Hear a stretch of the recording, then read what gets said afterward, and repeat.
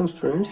आज हम rotatory motion के बारे में पढ़ेंगे और इसके साथ हम ये भी जानने की कोशिश करेंगे कि रोटेटरी मोशन और सर्कुलर मोशन में क्या फ़र्क है, जिसमें अक्सर स्टूडेंट्स कंफ्यूज हो जाते हैं।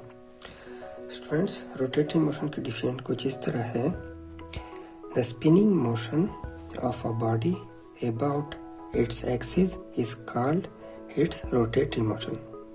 यानी कि किसी बॉडी की अपने एक्सिस के ऊपर स्पिनिंग मोशन को रोटेटरी मोशन कहते हैं।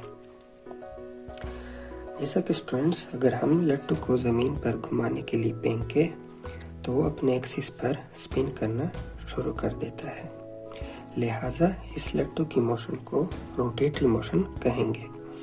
इसी तरह अगर हम अपनी उंगली के टिप पर फुटबॉल को स्पिन करना शुरू कर दें तो इस फुटबॉल की मोशन रोटेटरी मोशन कहलाएगी। इसके अलावा हमें मालूम है कि व्हील अपने एक्सल पर रोटेटरी मोशन करता रहता है और इसी तरह स्टीयरिंग व्हील भी रोटेटरी मोशन करता रहता है। लेकिन स्टूडेंट्स, अगर हम इस स्टीयरिंग व्हील की साइड पर एक स्टिकर चिपका दें तो जिस वक्त ये स्टीयरिंग व्हील रोटेटरी मोशन करेगा उस वक्त वो स्टिकर रोटेटरी मोशन नहीं बल्कि सर्कुलर मोशन करेगा। स्टूडेंट्स, रोटेटरी मोशन और सर्कुलर मोशन में बुनियादी फ़र्क ये है कि रोटेटरी मोशन के दौरान कोई भी ऑब्जेक्ट एक लाइन पर स्पिन करना शुरू कर देता है और वो लाइन उस ऑब्जेक्ट में से गुजरता है, जबकि सर्कुलर मोशन में कोई भी ऑब्जेक्ट, जैसा कि यहाँ पर अगर हम स्टिकर की बात करें, वो एक पॉइंट के गिर्द घूमना शुरू कर देता है और वो पॉइंट उस ऑब्जेक्ट के बाहर होता है। यानी अगर हम यहाँ पर एक स्टिकर की बात करें तो जब ये स्टिकर सर्कुलर मोशन करता है तो यहाँ पर एक पॉइंट होगा जिसके गिर्द वो सर्कुलर मोशन शुरू कर देता है और वो पॉइंट उस बॉडी के बाहर होता है। मिसाल के तौर पर यहाँ पर फिगर 2.6 में बताया गया है कि एक स्टोन एक पॉइंट के गिर्द सर्कुलर मोशन करता है और ये पॉइंट इस स्टोन के बाहर है। स्टूडेंट, इसी तरह फिगर 2.7 में बताया गया है कि एक टॉय एक पॉइंट के गिर्द सर्कुलर मोशन कर रहा है और वो पॉइंट यहाँ कहीं बीच में मौजूद है। इसी तरह स्टूडेंट्स, अगर हम इस फुटबॉल पर एक स्टिकर चिपका दें तो जिस वक्त ये फुटबॉल स्पिनिंग करेगा उस वक्त वो स्टिकर सर्कुलर मोशन करेगा और उस स्टिकर का पॉइंट इस फुटबॉल के सेंटर में मौजूद होगा।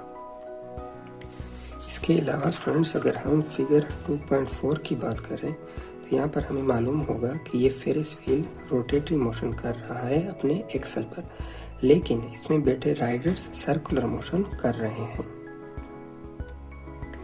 इस तरह फिगर 2.3 में यहाँ पर ये ऑब्जेक्ट बताया गया है जो एक ट्रांसलेटरी मोशन कर रहा है, लेकिन अगर ये ऑब्जेक्ट रोटेट भी करना शुरू कर दे तो इस ऑब्जेक्ट की मोशन ना सिर्फ ट्रांसलेटरी होगी बल्कि रोटेटरी भी होगी। यानी कि ये दो किस्म के दो टाइप्स के मोशन करेगा, एक ट्रांसलेटरी मोशन और एक रोटेटरी मोशन।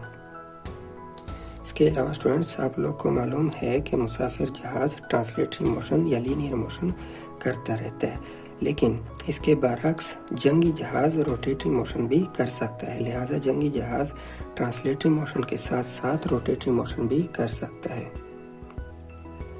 इस तरह स्टूडेंट्स, अगर हम ज़मीन और सूरज की बात करें तो हमें मालूम होता है कि ज़मीन सूरज के गिर्द सर्कुलर मोशन करती है। मिसाल के तौर पर फिगर 2.6 को अगर हम यूज़ कंसिडर करें कि ये ज़मीन है और ये सूरज है तो सूरज वो पॉइंट होगा जिसके गिर्द ज़मीन सर्कुलर मोशन करेगी और ये पूरा सर्कल एक साल में कंप्लीट होता है। लेकिन स्टूडेंट्स, आप लोगों को मालूम होगा कि ये ज़मीन अपने एक्सिस पर स्पिन भी करती है, लिहाजा ज़मीन रोटेटरी मोशन भी करती रहती है और एक रोटेटरी मोशन 24 घंटे में कंप्लीट होता है। लिहाजा ज़मीन दोनों किस्म की यानी कि 2 टाइप्स की मोशन करती है। एक वो सर्कुलर मोशन करती है जो कि एक साल में कंप्लीट करती है और दूसरी वो रोटेटरी मोशन करती है जो कि वो एक दिन यानी कि 24 घंटे में कंप्लीट करती रहती है। स्टूडेंट्स, अगर अभी एग्जाम में रोटेटरी मोशन के बारे में आपसे पूछा जाए तो आप रोटेटरी मोशन की डिफिनेशन लिख लें।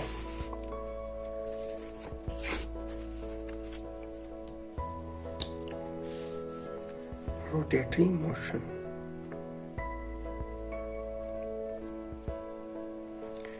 rotatory motion.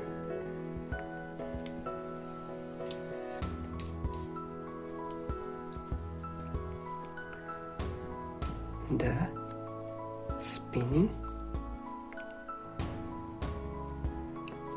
motion of a body about its axis is called its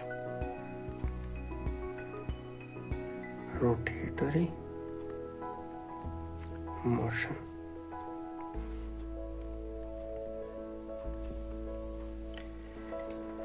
students, उम्मीद है कि आप लोग को रोटेटरी मोशन के बारे में अच्छी तरह मालूम हो गया और आप लोग को ये भी मालूम हो गया होगा कि रोटेटरी मोशन और सर्कुलर मोशन में क्या फ़र्क है। नेक्स्ट लेक्चर में हम वाइब्रेटरी मोशन के बारे में पढ़ेंगे। अभी तक के लिए इतना ही।